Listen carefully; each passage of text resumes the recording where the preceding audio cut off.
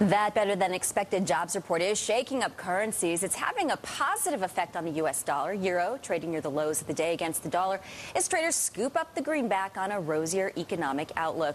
Dollar shooting higher against Japan's yen as well. You can really see that yen weakness in that euro-yen pair. Finally, dollar strength again versus the British pound. And that leads us to our next guest, Nick Bennenbroek, head of currency strategy at Wells Fargo Bank, saying the lasting impact of today's employment report is still unclear for currencies. He joins us now, and Nick just told me in the commercial break that this is an exciting day for Forex guys. Well, it is an exciting day, and we're getting a fairly unusual reaction by recent standards. We've got good news, let's say good news on the U.S. economy, or at least less bad news, and we're getting the typical reaction of a stronger U.S. dollar. So that's a welcome return, I think.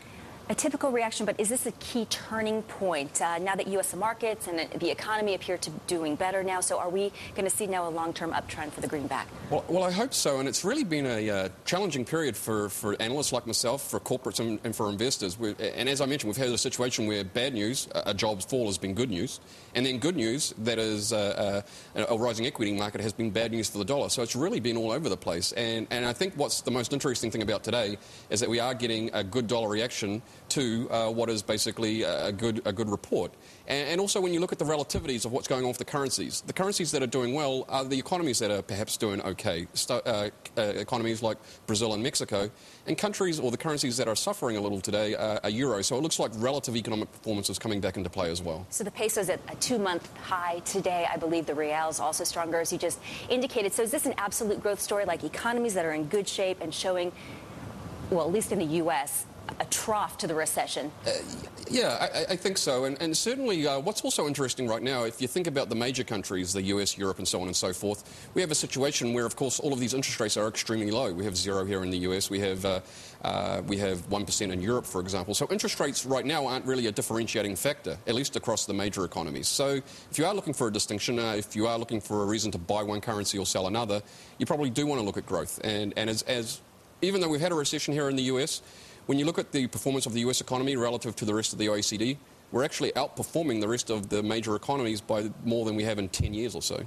As you indicated, the dollar was routed in the last couple of weeks. It's been such a rough go of it for the greenback, and a lot of people now are talking about the Fed and the possibility of changing course. Our earlier guest, former Fed Governor Alan Blender, said no, he doesn't expect the Fed to raise interest rates anytime soon, but to add support or to continue to support the dollar, do you think that the Fed needs to tighten?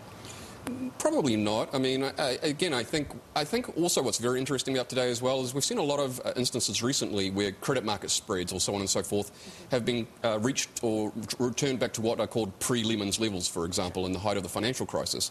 And indeed, looking at today's jobs report, for example, the 247,000 decline, it's the smallest fall since August. So it's almost a sense that the economy is now returning back to pre-Lehman's levels. You know, at Wells Fargo, we don't believe that there's going to be a rate increase anytime soon. It may indeed be the second half of 2010 even, but I think if the economy is doing okay, we still want to do okay as far as the US dollars are concerned. So your outlook for the dollar is taking into consideration the Fed keeping rates about where they are, near zero, but also are you considering the exit strategy right now? Well, and again, then it does come back down to where the growth is and where are the interest rate prospects. Because there are a lot of dollars out there right now. And let's look, for example, even the Australian dollar, for example, is a central bank where they're perhaps talking about raising rates. I think with the Brazilian real, Mexican peso, they've talked about that they're not going to cut rates any further, for example. So I think even with the Federal Reserve being on hold for quite some time, I don't really sense that we're going to get a quick move from any of the other major countries either, and I still think the dollar can do well. Okay, dollar euro, 140-179 right now. Where is it at the end of the year? End of the year, I think we're probably in a range of between 130 to 135, and in 2010 we could well be lower than that. So you think the dollar euro's bottomed? We're not going to see $1.50? That's our expectation, that's our view, and you know we'll be watching the next few days very carefully, but we're hoping that we've sort of registered a top here in terms of this 145 level that we reached. Quickly want to address Europe. Of course, the Bank of England surprising a lot of folks with this asset purchase. So how much pressure does that continue to put on the pound? I think a little pressure, certainly the instinctive reaction, for example, quantitative easing, heavy monetary easing, you saw the reaction of the pound there. But perhaps that just got the ball rolling, for example, and again, it's going to come back to what happens with the dollar.